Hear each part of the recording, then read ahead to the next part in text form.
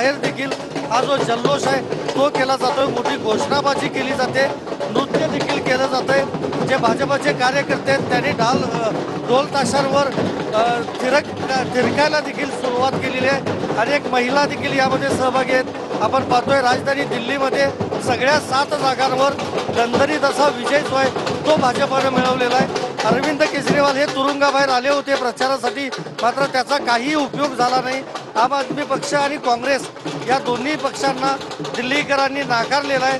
त्यातच एनडीएला 300च्या वर जागा गाठता आलेल्या नाहीत, मात्र बहुमतापर्यंत एनडीए पोहोचलेला आहे। त्यामुळे हा आपण पाहतोय मोठा जल्लोष, शेकडो कार्यकर्ते जे आहेत ते सगळे या भाजप कार्यालयामध्ये दाखल झाले आहेत। भाजपचे झेंडे देखील या कार्यालयामध्ये लावण्यात आलेले आहेत। महत्त्वाचं हेच आहे की पंतप्रधान नरेंद्र मोदी हे आता देशाचे पुन्हा एकदा पंतप्रधान असतील, ते हॅट्रिक करतील हे आता सिद्ध झालेलं आहे।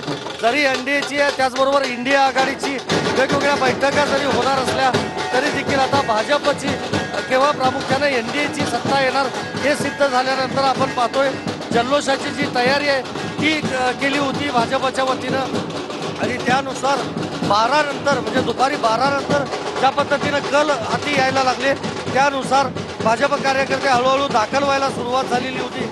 आणि आता भाजपच्या मुख्यालयामध्ये राजधानी दिल्लीमध्ये ज्या ठिकाणी भाजपचं हे कार्यालय त्या कार्यालयामध्ये हा जल्लोष पाहायला मिळतोय।